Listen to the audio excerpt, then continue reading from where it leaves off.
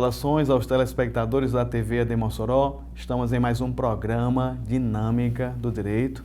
A pauta de hoje é a indicação do presidente Lula do seu advogado ou ex-advogado, Cristiano Zanin, para a vaga do Supremo Tribunal Federal. Para tanto, nós temos aqui o professor universitário da nossa querida UFESA, o doutor Ulisses Reis, para nos ajudar a delinear tão importante tema. Permaneça conosco, voltamos já.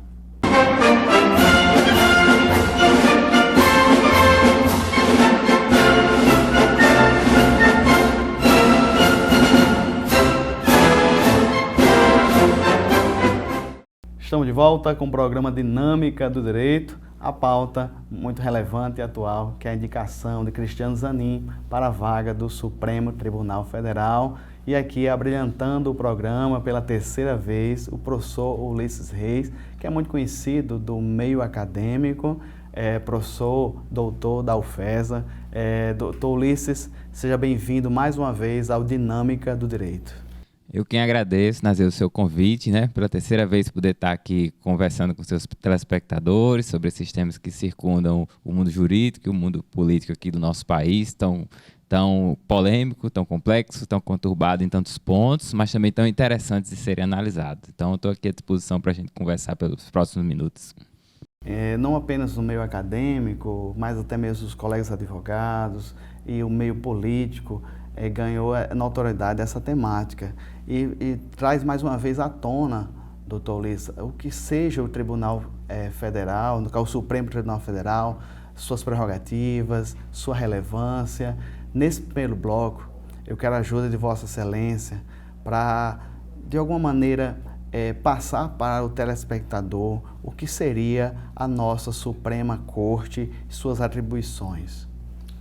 Sim, tentando falar de uma maneira rápida, e de uma maneira simples, para que seja mais fácil de ser compreendida, mas a Suprema Corte Brasileira, que é chamada tecnicamente Supremo Tribunal Federal, é um órgão que a gente chama que situa-se na cúpula do Poder Judiciário brasileiro. Ele está lá regulamentado nos seus maiores termos no artigo 102 da Constituição. Qualquer pessoa pode dar um Google ali na Constituição e ver qual é a descrição que ela traz sobre o Supremo Tribunal Federal, e é formado por 11 pessoas, chamado 11 juízes, que têm a tarefa de, nesse órgão, validar as interpretações da legislação brasileira à luz do próprio texto constitucional.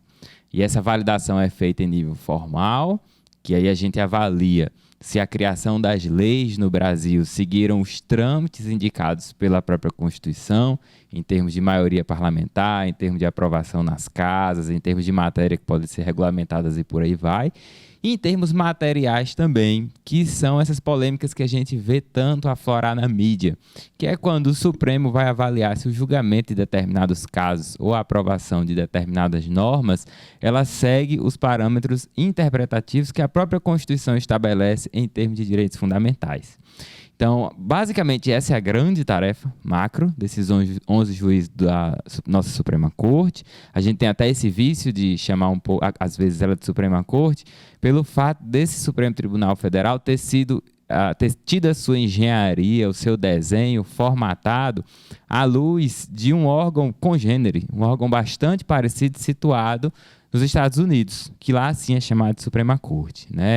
A gente conversava anteriormente que o Supremo foi criado nessa formatação atual em 1891, na segunda Constituição do Brasil, ou a sua primeira Constituição no período republicano. De lá para cá já sucederam-se outras 5 Constituições, A de 1891 foi a segunda, nós estamos na 7ª, e a formatação dele é basicamente a mesma desde então, que é essa que eu tentei aqui, en passant, traçar para você qual seria esse DNA principal.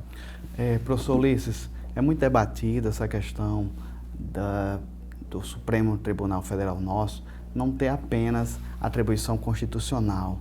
Eu quero pegar aqui bem rapidinho alguns números. Por exemplo, na Alemanha, na Suprema Corte alemã, só tem 6.000 processos tramitando lá. Na Suprema Corte francesa, só tem 156 processos.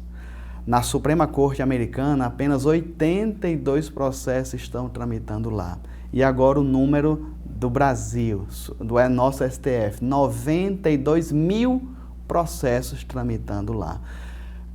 Minha pergunta que fica diante desses dados, esse instituto, esse órgão tão importante, foi desvirtuado de alguma maneira, doutor? Está funcionando como uma quarta instância, na verdade, dos demais tribunais?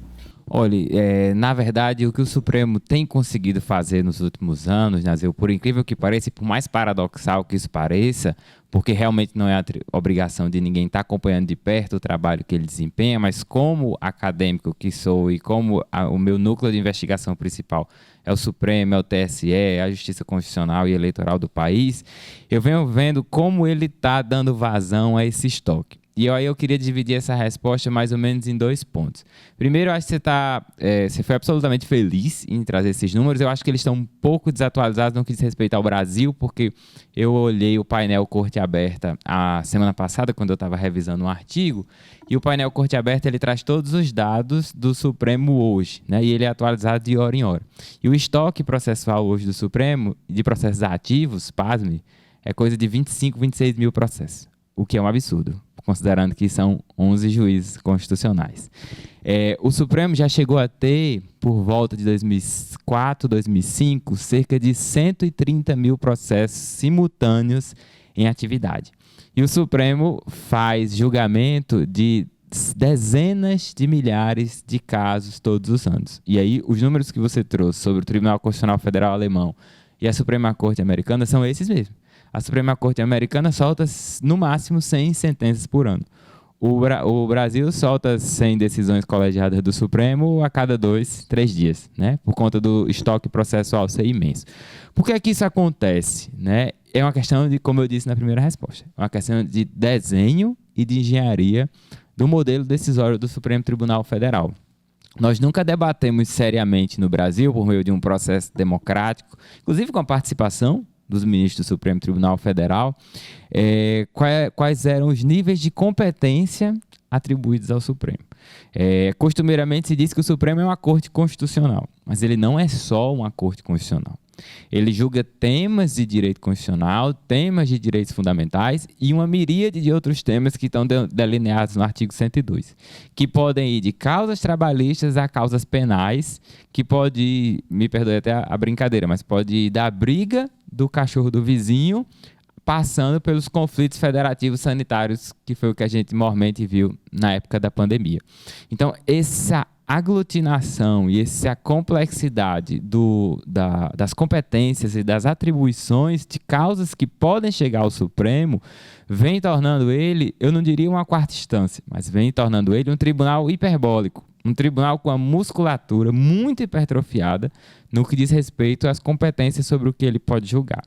E uma segunda questão, o Supremo não pode recusar o julgamento de um caso. E isso é muito importante que fique pontuado. Esses tribunais que você citou, como o TCF alemão, como a Suprema Corte Americana, eles, Nazil, podem escolher os casos que vão ser apreciados.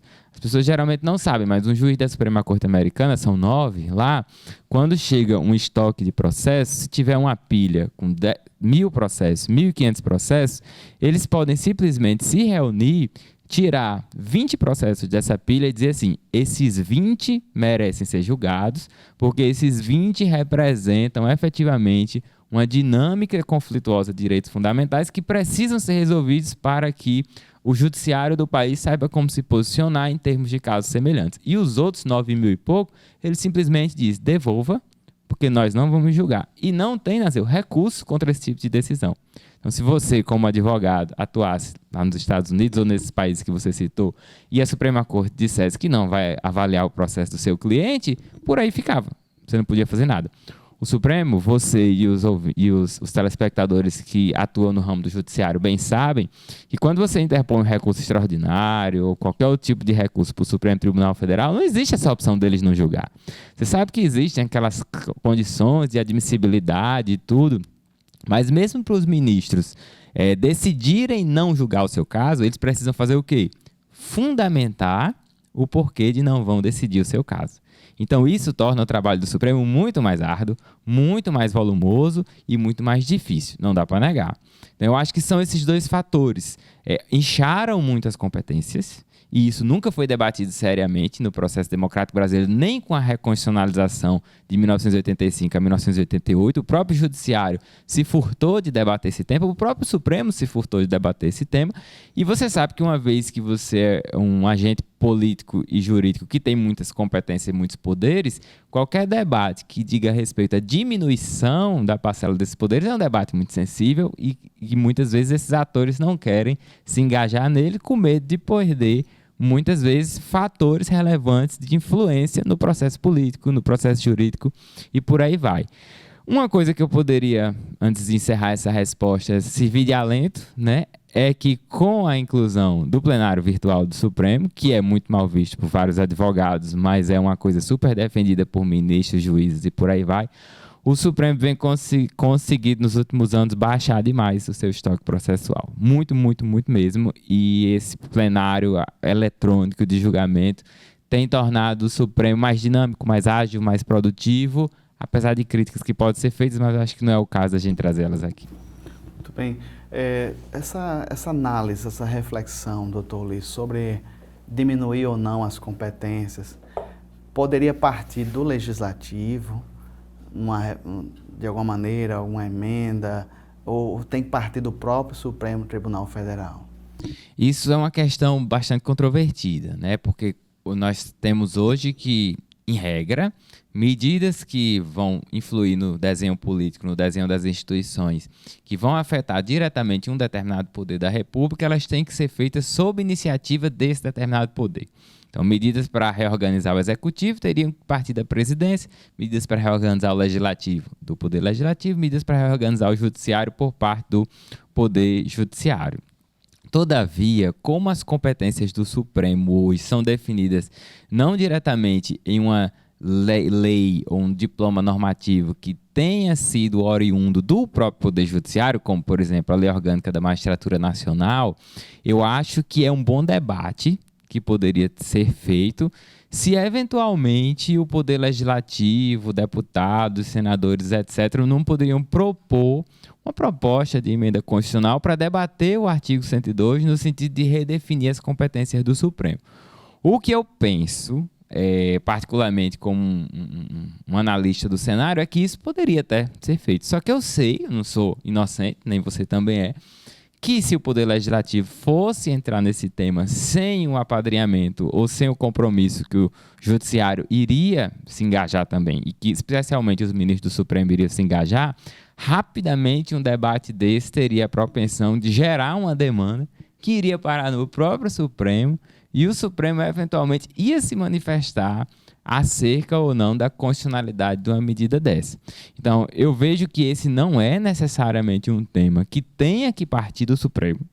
Eu acho que há condições de o Poder Legislativo, num debate sério, num debate amplo, num debate participativo, num debate democrático e num debate que envolva os ministros do Supremo, propor uma modificação dessa para tratá-la de forma séria.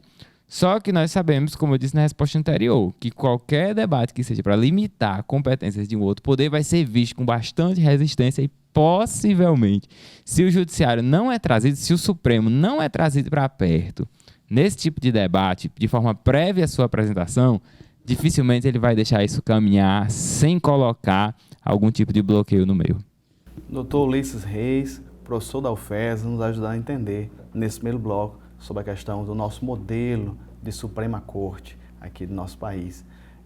Professor Ulisses, no próximo bloco, eu quero que o senhor nos ajude a entender o processo de escolha dos membros que vão compor, o processo de indicação e mais na frente compreender o tema específico da indicação de Cristiano Zanin. Então permaneça conosco, voltamos já.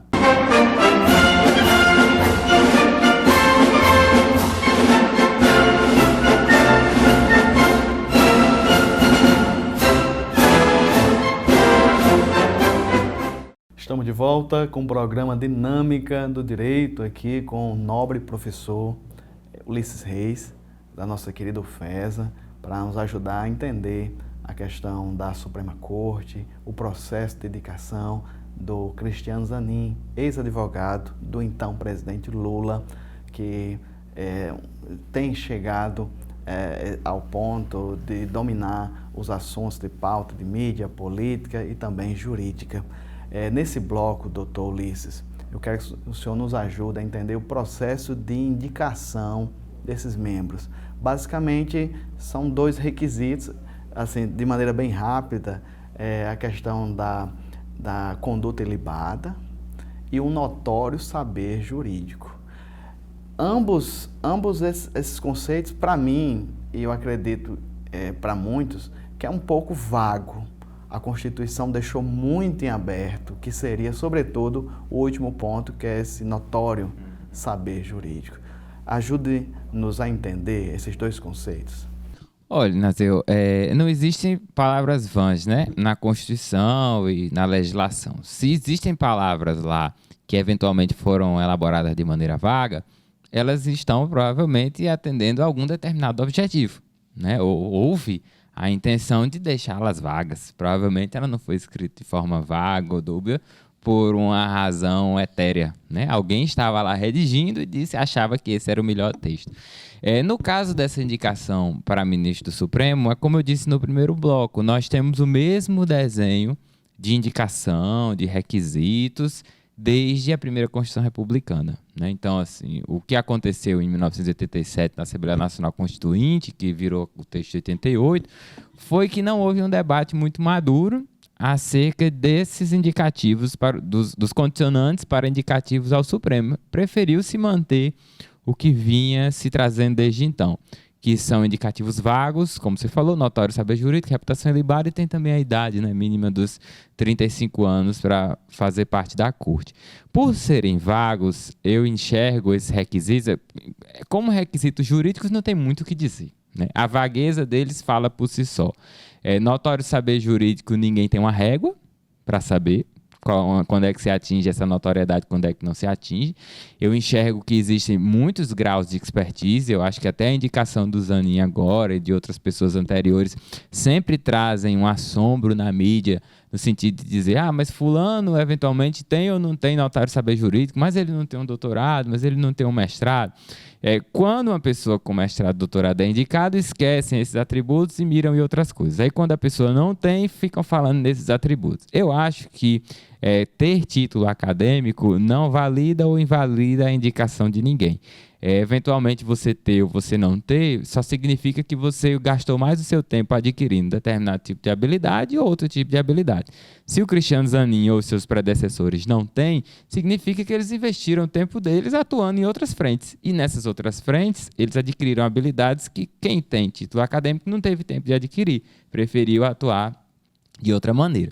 Então, eu acho que essa notoriedade do saber, ela está sempre balizada no Brasil, hoje, de maneira automática, em ter ou não um diploma de bacharel em Direito. Nós tivemos 3 ou 4 casos no Brasil, na Primeira República, entre 1891 e 1930, de pessoas que foram recusadas ao Supremo. E todas as pessoas que foram recusadas ao Supremo, isso se deu porque elas não tinham bacharelado em Direito, né? Isso faz mais de 100 anos, ninguém nem lembra, isso virou crônica, você bota no Google e acha. Desde 88, ninguém nunca foi recusado, todo mundo tinha bacharelado em Direito. O segundo requisito que você falou é a reputação ilibada. Quem é que vai, no controle político feito pelo Senado, apontar o dedo para outra pessoa e acusá-la de não ter reputação ilibada?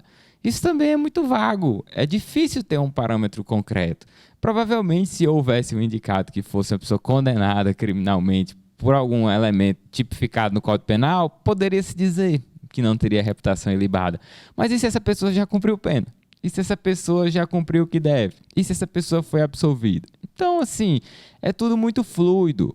Hoje, o processo de indicação supremo, e isso vem se agudizado nos últimos 10 a 15 anos, ele está representando muito mais, na minha ótica, um movimento de força política. Em que aspecto o movimento de força política? Como os requisitos objetivos trazidos pelo direito são muito fluidos, e qualquer pessoa se encaixa neles, na maior parte das vezes, o que acontece é que a indicação de um determinado presidente ou presidenta, na época da Dilma, ela passa a ser vista como uma movimentação para saber se esse determinado presidente tem força ou não tem no Senado Federal. Porque isso não era uma questão na época do governo iniciais de Lula, na época do governo FHC e para trás. Mas hoje em dia, toda vida que há uma indicação para o Supremo, a mídia corre para cima para dizer, e aí, vai passar? E se passar, vai ser quando?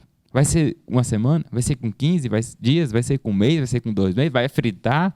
Como André Mendonça ficou fritando no óleo por tanto tempo. Então, sempre se agudiza esse tipo de imaginário. E as correlações de força no Senado são cobertas pela mídia no aspecto de dizer, o presidente da CCJ, fulano de tal, vai pautar hoje, vai pautar semana que vem, vai pautar daqui a um mês.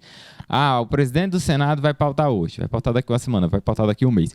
E a eventual recusa pelo Senado de uma indicação vinda da chefia do Poder Executivo demonstraria cabalmente o quão fraco esse eventual governo é, que não conseguiria nem indicar um ministro para o Supremo Tribunal Federal.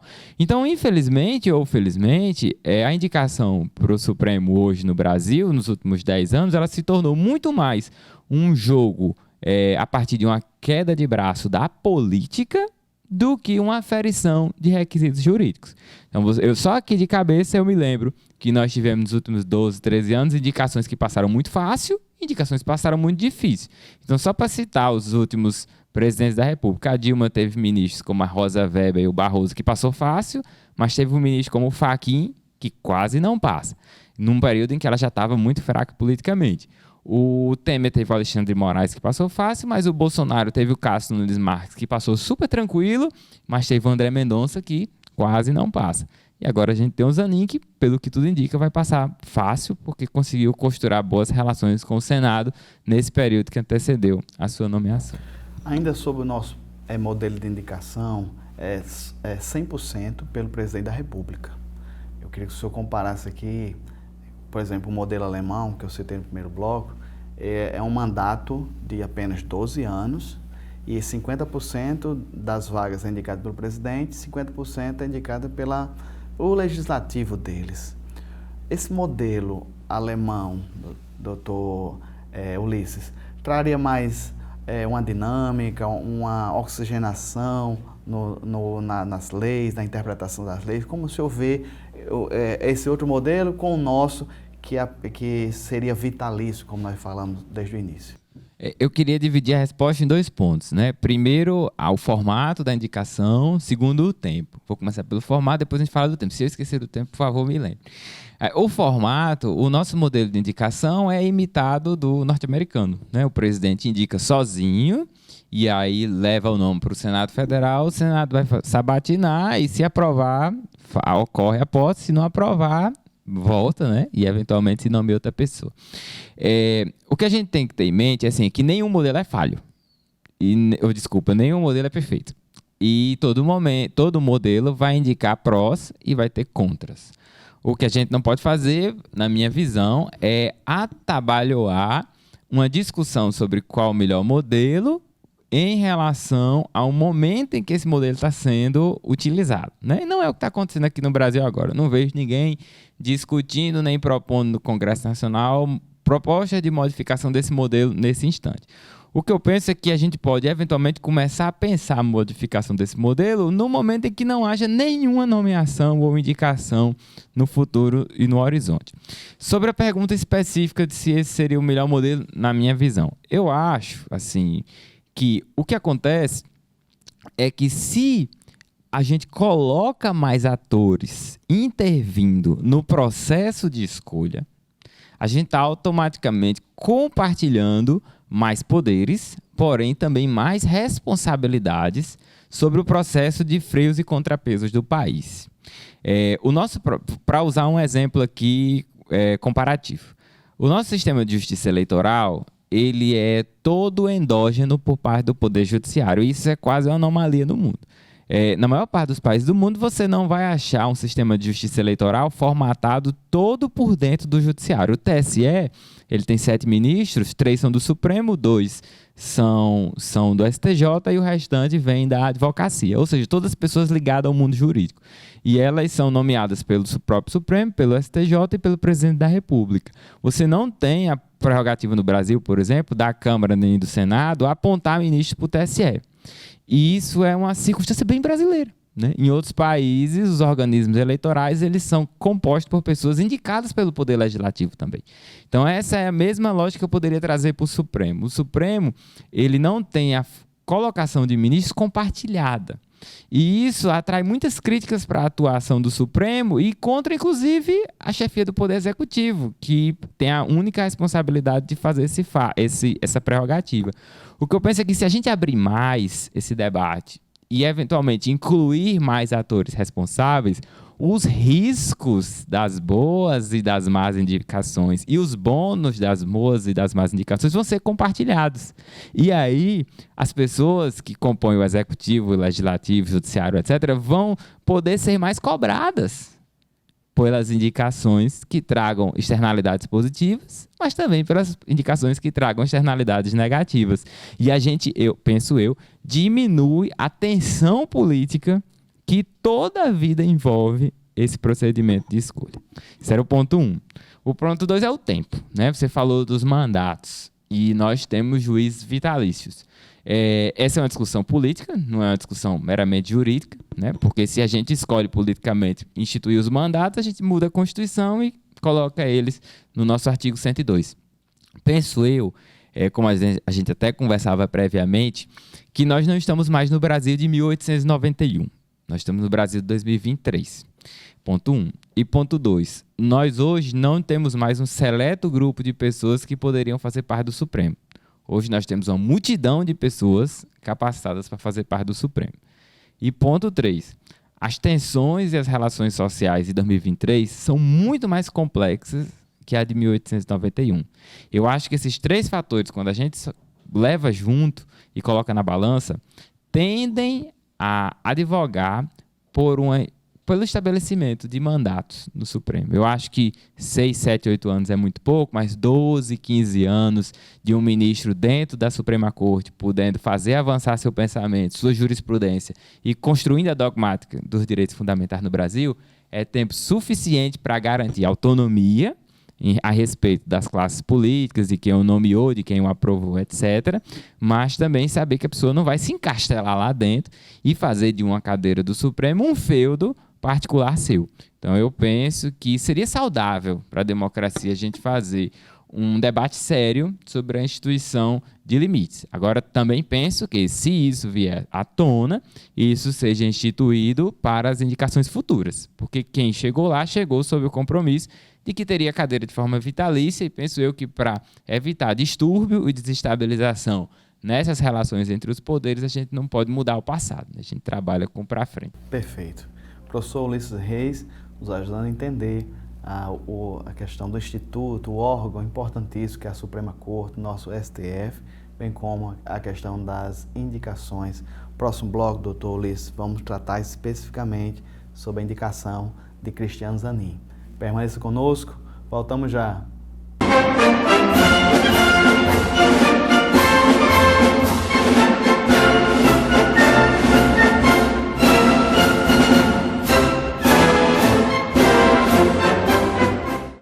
Estamos de volta, programa Dinâmica do Direito, conversando aqui com o Dr. Ulisses Reis sobre todo o processo de indicação de Cristiano Zanin, ex-advogado do então presidente Lula, salvo engano, professor Ulisses, 2013, foi quando ele assumiu, no caso, a representação do presidente Lula, sobretudo nos processos que chama Lava Jato, naquelas operações que teve ali em Curitiba.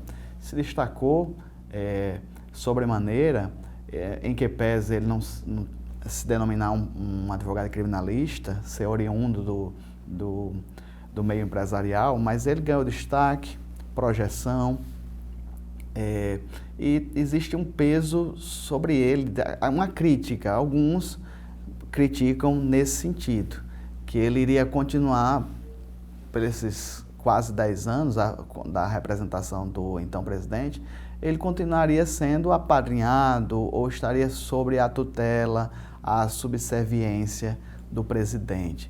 Como o senhor vê esse tipo de comentário, com espelho também em outras indicações recentes, podemos assim dizer, André Mendonça, Cassius Mendes, Como o senhor vê essa questão, essa suposta subserviência de uma indicação como Cristiano Zanin? Olha, Nazeu, eu acho que a gente tem que olhar para a indicação do Cristiano Zanin, a gente pode olhar sobre duas maneiras, né? Dois eixos. A primeira maneira, primeiro eixo é o jurídico, né? E o segundo eixo é o eixo mais político.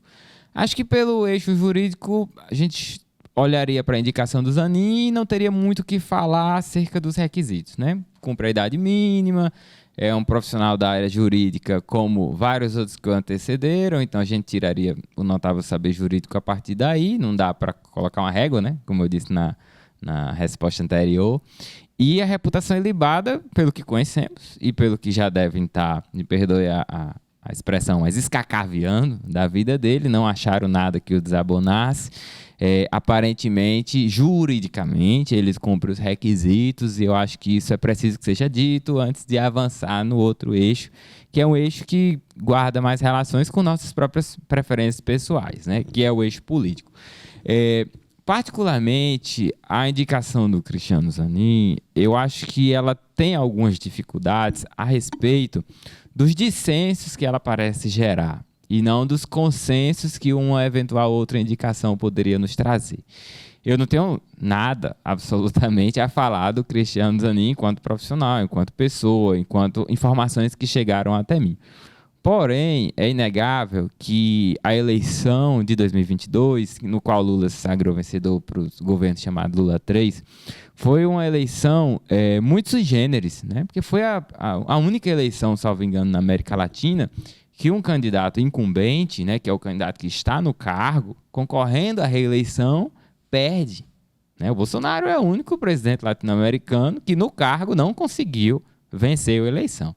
Né? Isso mostra que a frente que estava conduzida sob a liderança do atual presidente e ex-desafiante Lula da Silva, foi uma frente que a gente poderia chamar de amplíssima. Né? Não só uma frente ampla, mas uma frente amplíssima. E o conjunto de forças políticas que se colocaram ao lado de Lula para vencer a eleição, ele ia da centro-direita até a esquerda. Né? Não era a eleição que o Lula venceu não foi uma eleição vencida pela esquerda.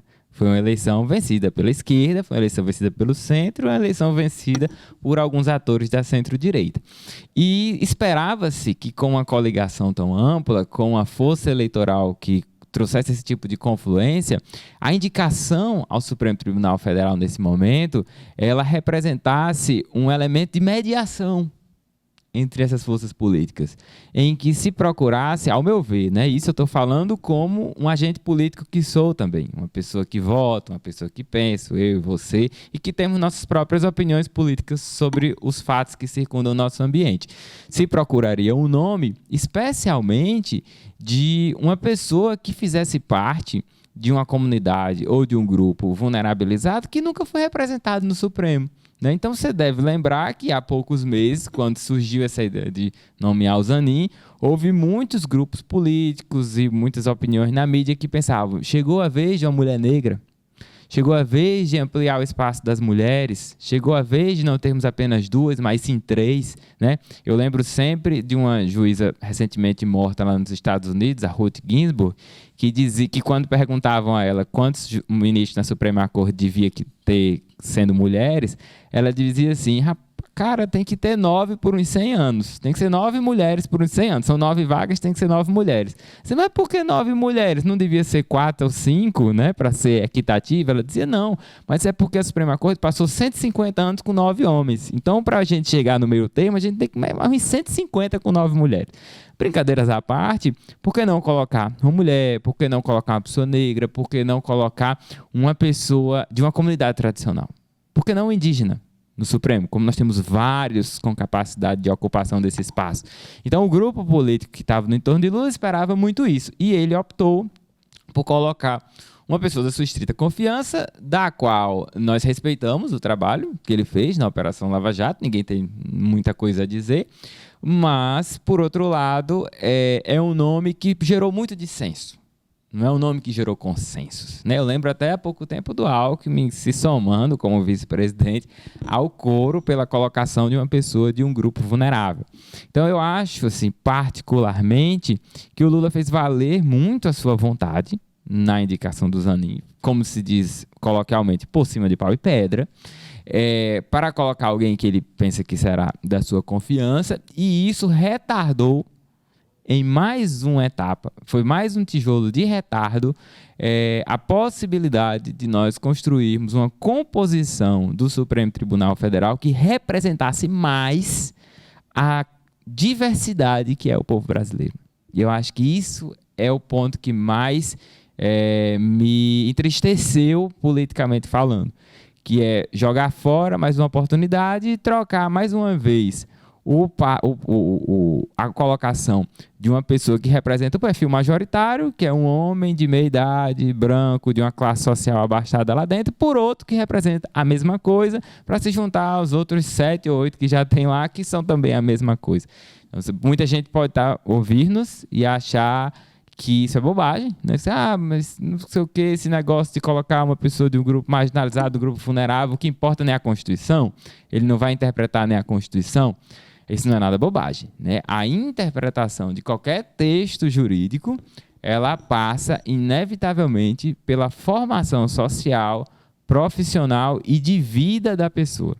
E a vivência de pessoas que estão em comunidades e grupos que estão à margem da sociedade traz leituras diferentes. E essas leituras têm, num ambiente coletivo de 11 pessoas, um espaço mais propício para que essas interpretações sejam testadas entre si. Só que tirar Lewandowski para colocar Zanin é adicionar mais um elemento que provavelmente pensa como os demais que já estão lá dentro, que não necessariamente pensam errado, mas que não traz diversidade de pensamento. Em que pese, professor Lício, essas críticas, esses apontamentos, mas, assim, no espectro geral, é que o nome dele vai passar com uma tranquilidade, podemos assim dizer. Até os grupos assim, conservadores, partidos que eram aliados do ex-presidente Bolsonaro, admitem que vão assim, fazer perguntas o mais básicas possíveis e torcem que ele vai, e todos reconhecem que ele vai passar. Isso, ao seu ver, doutor, assim, é positivo não ter um debate, não ter uma sabatina para tentar conhecer o ponto de vista desse indicado? Não estou dizendo que é para forçar a liturgia, quebrar a liturgia, mas não é interessante ter o contraditório, saber o que realmente pensa esse indicado, ao invés de se furtar a esse debate? Sim, acho que você foi muito feliz nesse prognóstico, né? Parece que o Zanin soube usar muito bem esses meses que ele teve aí nessa panela de pressão, no qual, mesmo antes do Lewandowski se aposentar, o Lula já dizia que ele seria o indicado aos 4 ventos, e ele parece que o Zanin conseguiu articular muito bem com os senadores, e não sei se você viu, Nazeu, mas no momento em que o Lula soltou a mensagem para o Senado indicando imediatamente 3 ou 4 ministros do Supremo, nomino aqui o Gilmar Mendes, o Toffoli, correram para as redes sociais para saudar a chegada desse novo ministro. Então parece que ele vai passar bem, e não só bem, parece que ele vai passar rápido, né? Pelo que eu ouvi dizer, o Senado se articula para, entre junho ou no mais tardar em julho, com a volta do recesso parlamentar, já fazer a sabatina dele. As sabatinas no Brasil, elas são conhecidas por ser processos muito simbólicos, apesar de performáticos, né? Simbólicos pelo aspecto de que não reprovam ninguém, mas performáticos porque sempre haverá aquele senador ou aquela senadora que vai usar aquele ambiente para colocar um assessor na frente com o celular ligado no rosto para gravar alguma história, algum vídeo para ir para a rede social para lacrar, né? É como a gente se acostumou a falar. E sempre o pessoal faz aquelas comparações com as sabatinas dos Estados Unidos, que às vezes duram uma semana, 2, 3 dias, que o ministro fala de tudo, etc. e tal. Eu penso que o modelo brasileiro ele está fadado, pelo menos no horizonte próximo, a permanecer da forma como está. Porque existe sempre uma possibilidade de os indicados escaparem a esse escrutínio mais feroz que você usou, mesmo sabendo que você usou no sentido de ser mais incisivo e não no sentido de fazer algazarra, que é a prerrogativa deles dizerem que não poderão se manifestar sobre um determinado tema de índole constitucional, porque em breve esse tema pode vir a ser objeto de deliberação no próprio Supremo. Então, só para dar um exemplo polêmico com o Zanin, se alguém ousar no Senado fazer alguma pergunta ao Zanin, por exemplo, sobre casos relacionados à Operação Lava Jato, que eu acho que provavelmente nem vai acontecer, porque o senador que está lá, que poderia falar na Lava Jato, está mais sujo do que lá bem lavado, eventualmente o Zanin diria, olha, eu estou indo para o Supremo e ainda tem casos da Operação Lava Jato que remanescem no Supremo e vão ser julgados. Então, como eu estou lá e eu não sei se vou avaliar esses casos, porque cabe a mim depois dizer se sou ou não suspeito para avaliá-los, eu não vou me manifestar para não entrar em bola dividida agora e, no fim, eu me prejudicar. Então, como eu penso que a sabatina é um momento muito mais performático do que um modelo de constrangimento no sentido, bom sentido do termo, de controle sobre o perfil, sobre a estatura e sobre a trajetória desses ministros, eu acho que o que a gente pode melhorar ela é trabalhando lá no design da indicação, como você me perguntou antes. Compartilhar mais responsabilidades na indicação, trazer mais atores responsáveis pela indicação do que eventualmente apostar na sabatina. Acho que a sabatina não é o melhor momento.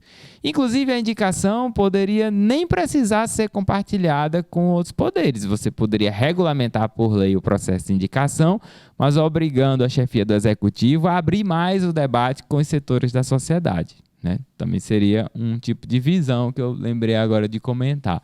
Dar prazos para nomes serem apresentados e por aí vai. Então, nesse aspecto, eu acho que a sabatina ela cumpre muito mais uma finalidade de performance política, até um pouco de teatralidade, do que de controle efetivo mesmo sobre o processo.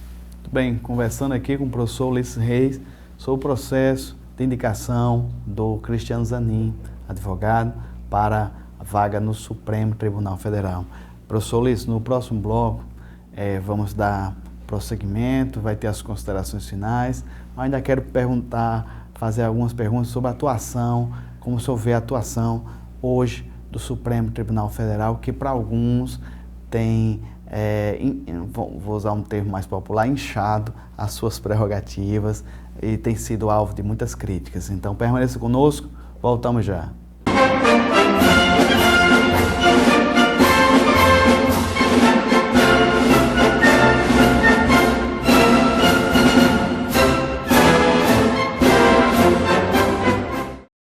Estamos de volta, programa Dinâmica do Direito. Na verdade, o último bloco da nossa conversa aqui com o professor Ulisses Reis sobre o tema da indicação do advogado Cristiano Zanin para a vaga do Supremo Tribunal Federal. Professor Ulisses, vamos já para as considerações finais, mas o senhor, como professor de Direito Constitucional, tem que aproveitar a Vossa Excelência aqui, pois a nossa Suprema Corte tem sido alvo de muitas críticas, entre elas de ter no caso, subrogado de atribuições, competências, o próprio, no caso, instituições de inquéritos para investigar fatos. O senhor, na sua cátedra, perante os seus alunos, tem discutido essa temática, tem enfrentado esse tema?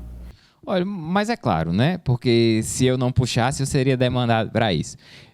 Sobre a minha visão sobre isso, Nazir, é uma visão bem realista e pragmática da situação. Eu enxergo o Supremo não como um ator jurídico especificamente, né? A maior parte das pessoas que atuam no direito, provavelmente, se fosse feita essa pergunta, pessoas que têm formação toda no direito, dizem, não, o Supremo, a Corte Constitucional, é um órgão jurídico que interpreta a Constituição, bababá. Eu diria não, o Supremo ele é um ator político. Ele é um ator político. Ele é um ator político que tem a função de dar a última palavra sobre a interpretação da Constituição. Por isso que eu acho tão importante que o Supremo seja permeado por integrantes que tenham os mais diversos contextos, mais diversos backgrounds.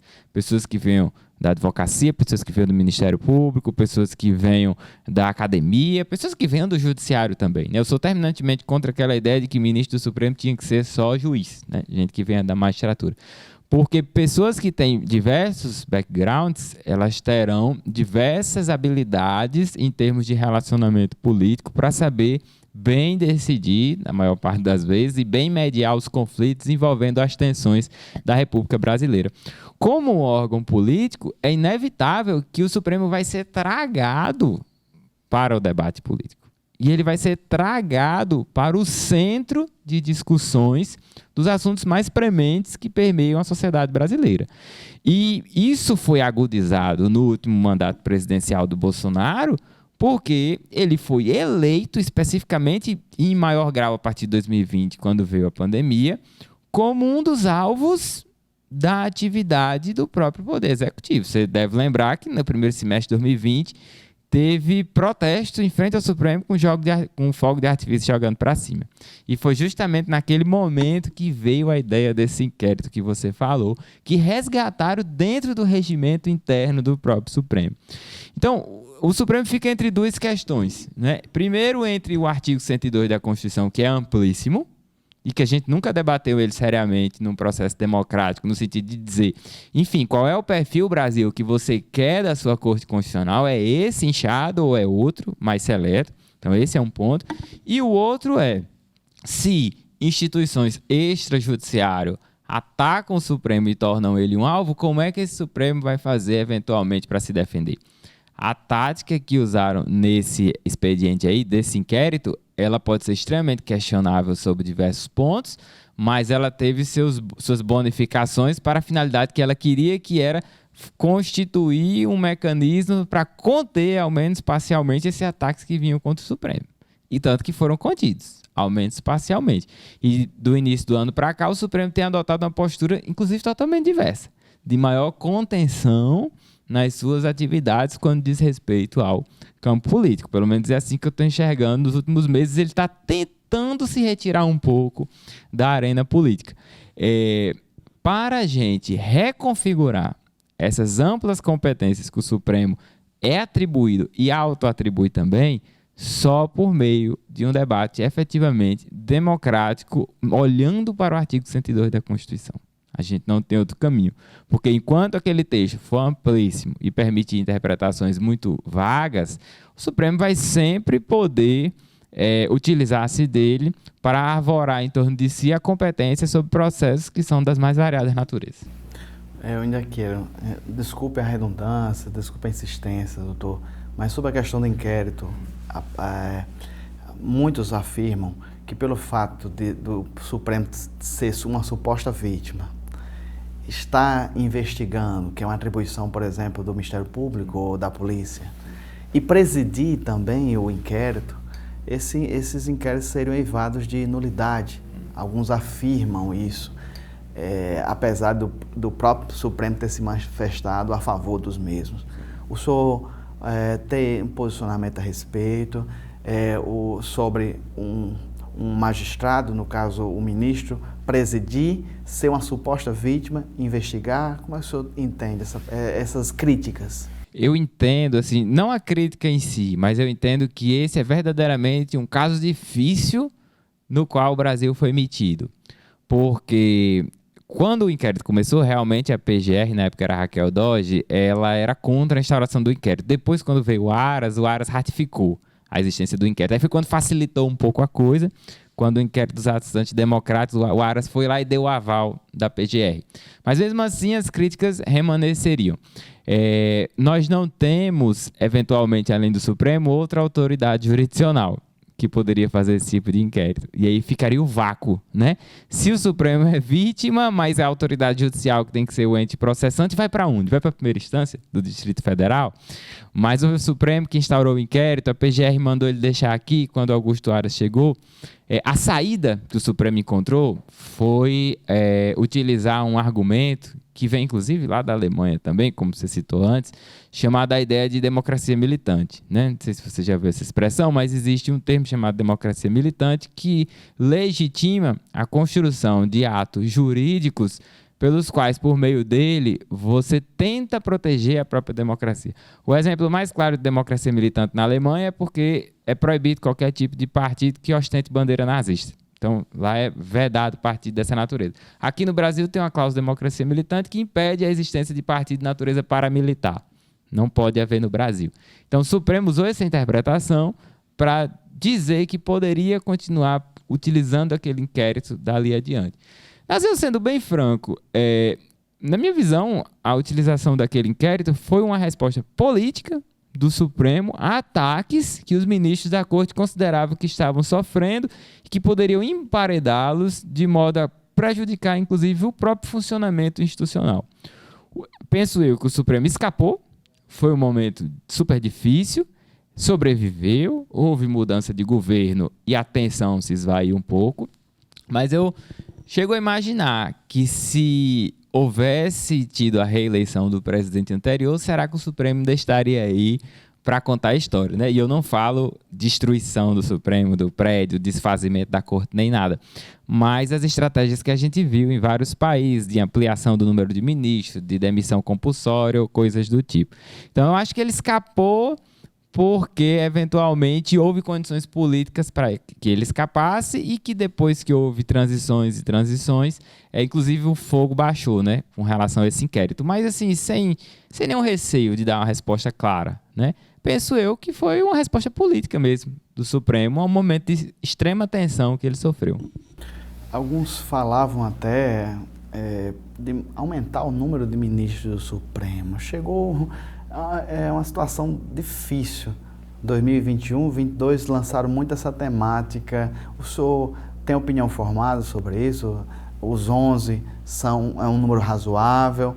Eu acho que, não tem um número aqui da França, da Alemanha, eu posso dar uma olhadinha, mas varia bastante as Supremas Cortes. O senhor falou que os Estados Unidos são 9, a nossa é 11, mas tem países que são até 15, até bem mais. Sim, eu acho que a questão, Nazeu, do número de ministros, ela é um pouquinho diferente, assim. Como você falou, os Estados Unidos é um país que tem quase 100 milhões de pessoas a mais que o Brasil, e são 9, né? Aí você vai ter a Alemanha, que tem bem menos gente que o Brasil, e são 15, 16, ou algo do tipo. Mas nós sabemos que existe um exército de pessoas trabalhando por trás desses ministros, né? Assessores, técnicos, analistas e por aí vai. Não vai ser aumentar um ministro em um número, 2, 3, 4, 5, que vai fazer com que os processos tenham mais vazão ou menor vazão. O medo que se tem com relação ao aumento, diminuição, etc., está ligado à ideia de uma técnica que se convencionou chamar de court packing, que seria mais ou menos aportuguesando para o emparelhamento do judiciário, que foi utilizada já no Brasil, né? A ditadura de 64, lá por 69, 68, ela ampliou de 11 para 15 ministros o número dos juízes da Suprema Corte Brasileira. A gente teve um período em que houve 15 ministros e que teve, inclusive, aposentadorias compulsórias. Não sei se você sabe, mas a biblioteca do Supremo chama-se Biblioteca Victor Nunes Leal. Victor Nunes Leal foi um ministro do Supremo que foi aposentado compulsoriamente pela ditadura. Então, não seria novidade no Brasil o court packing, apesar de não acontecer há tanto tempo. Recentemente, houve court packing onde? Houve aumento de números de ministros de Suprema Corte onde? Houve na Venezuela, houve em El Salvador, houve na Hungria e está tendo agora uma briga na Polônia porque estão querendo colocar. E em Israel, você deve estar vendo pela mídia que está tendo protestos por conta disso. Porque quando acontece esse aumento, aí geralmente ganha-se mais indicações por parte do executivo e o chefe de Estado vai lá e coloca os seus aliados para poder modificar as decisões dessa Suprema Corte, dessa Corte Constitucional. Então esse foi o centro do debate, desse medo de 2021, de 2022 que teve que acontecesse no Brasil. Eu acho que aumentar, diminuir por si só não vai melhorar ou prejudicar a produtividade, abstraindo as variáveis políticas da discussão. Agora, quando se pensa na variável política que, eventualmente, Lula, Ulisses, Nazeu, qualquer pessoa sendo presidente, ganha mais 3 ou 4 vagas para preencher, todo mundo vai pensar assim, pronto, agora Nazeu vai botar o Ulisses, que é amigo dele, né, para eventualmente julgar de acordo com seus interesses e por aí vai. Claro que eu estou falando em tom de brincadeira. Então, acho que a discussão é mais por aí. Não sei qual vai ser a próxima vaga, doutor Ulisses, se é Rosa Weber, eu não me vem à memória agora, mas o senhor acredita que a próxima indicação, o presidente Lula tende a ouvir mais o seu grupo político, a militância, os grupos sociais, porque dessa vez ele não ouviu? Eu acho que vai ser inevitável, né? A próxima vaga, salvo engano, é setembro ou outubro. Acho que é outubro, quando a Rosa Weber atinge a idade compulsória, né? Ela foi indicada pela Dilma há uns 12, 13 anos e vai sair agora. Considerando que essa indicação parece ter sido da cota pessoal estrita do Lula, acho que agora ele vai abrir mais para debate e discussão com o grupo. Penso eu que inevitavelmente será uma mulher, porque desde que Ellen Grace chegou sob indicação de FHC e Carmen Lúcia chegou sob indicação de Lula, acho que em 2004, sempre há uma trajetória de, no mínimo, 2 mulheres no Supremo, e eu não vejo como esse governo atual teria a possibilidade de diminuir esse número aquém de 2. Então, acho que será uma mulher, acho que haverá mais debates. Sempre é um tema muito acalorado, porque existe esse imaginário popular de que os ministros são fiéis aos presidentes que o indicam. Eu até comentava com você antes, existem várias pesquisas que mostram que no momento da indicação e até um ano depois ou pouquíssimo tempo depois, existe até uma tendência desses ministros julgarem de acordo com o interesse do governo que o colocou lá, porém, com o passar dos anos, isso dilui. Quando tem troca de governo, às vezes fica o mesmo partido e os ministros já começam a se comportar de forma totalmente autônoma, né? A gente tem no Brasil inúmeros casos de ministros que foram colocados por determinado governo e é só peia, né? No governo que o indicou. Então, acho que na próxima ele deve fazer isso, porque penso até que o grupo que o colocou veria como uma boa traição se isso não fosse feito agora no segundo semestre. Muito bem, estamos finalizando, na verdade, a nossa conversa, nosso diálogo com o professor Ulisses Reis, aqui da nossa querida UFESA. Professor Ulisses, em nome do pessoal de casa, em nome dos nossos telespectadores, o meu muito obrigado. Vossa Excelência tem uma agenda muito complicada, porque tem a questão acadêmica, tem que produzir artigos, tem que analisar, tem que estudar, tem que preparar a aula. E o senhor ter vindo aqui nos agraciado com seus conhecimentos e trazendo essa exposição, acredito que muitas pessoas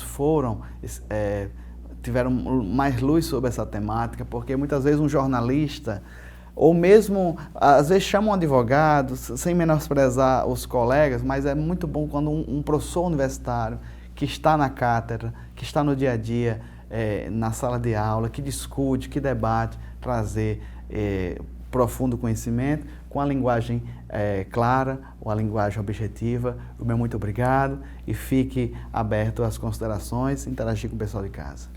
Dazel, sou eu quem agradeço mais uma vez o convite, né? Fico à disposição para voltar. Foi difícil dessa última vez a gente conseguir uma data, mas porque realmente o período acadêmico desse que terminou recentemente foi muito conturbado, mas eu faço questão de, quando marcar o compromisso para vir comparecer, porque eu sei da qualidade dos seus ouvintes, dos seus telespectadores, e sei do respeito que você tem para com o programa, né? Acompanho ali no YouTube sempre que posso e vejo o nível dos debates que são feitos.